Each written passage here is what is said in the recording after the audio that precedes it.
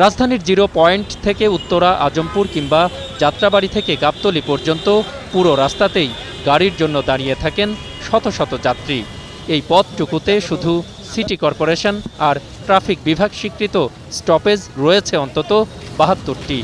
এসব স্থানে বিকেল থেকে সন্ধ্যা অবধি যারা পরিবহনের জন্য অপেক্ষা করেন তাদের জন্য আজ পর্যন্ত তৈরি হয়নি স্বাস্থ্যসম্মত বিশ্রামাগার। আমার বাথরুমে যাওয়ার দরকার, আসলে এখানে ওখানে আমি ঘুরতেছি, আমার সমস্যা, আমি আসলে কোনো রকম উত্তরণ পাচ্ছি না।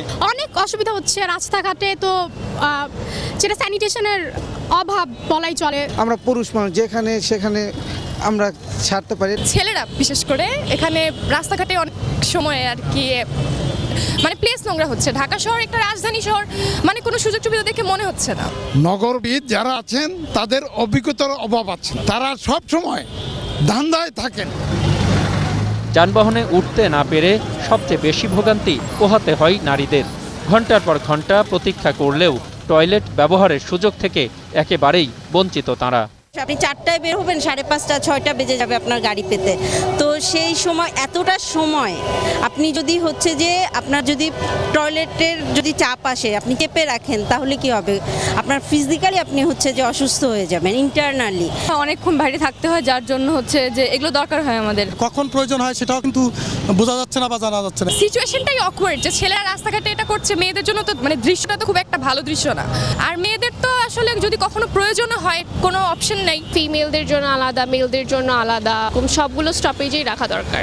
ডিসিসি বলছে সমস্যা সমাধানে লাগবে 1 থেকে 1.5 বছর। আমাদের টার্গেট আছে আগামী 1 বছরের মধ্যে আমরা অন্তত 150 মানসম্পন্ন পাবলিক টয়লেট যেন ঢাকা শহরে থাকে সে ব্যবস্থা করব, যেখানে মহিলাদের জন্য পৃথক বুথ থাকবে। ফুলের বাগান পরিবেষ্টিত পাবলিক টয়লেট 5 স্টার লেভেলের করতে চাই। প্রতিদিন রাজধানীতে বাসের জন্য অপেক্ষা করে হাজার হাজার নারী পুরুষ, কিন্তু তাদের জন্য নেই কোনো স্বাস্থ্যসম্মত টয়লেট। প্রিয় দর্শক, আপনার চারপাশে নানা সমস্যা আর ভোগান্তির চিত্র তুলে ধরবে 21 টেলিভিশন। এসব তথ্য জানাতে ফোন করুন, এই নম্বরে পৌঁছে যাব। আমি অখিল পোদ্দার, আর 21 টেলিভিশনের ক্যামেরা আপনাদের দুর্ভোগ দুর্দশায় সবসময় পাশে আছে। 21 টেলিভিশন।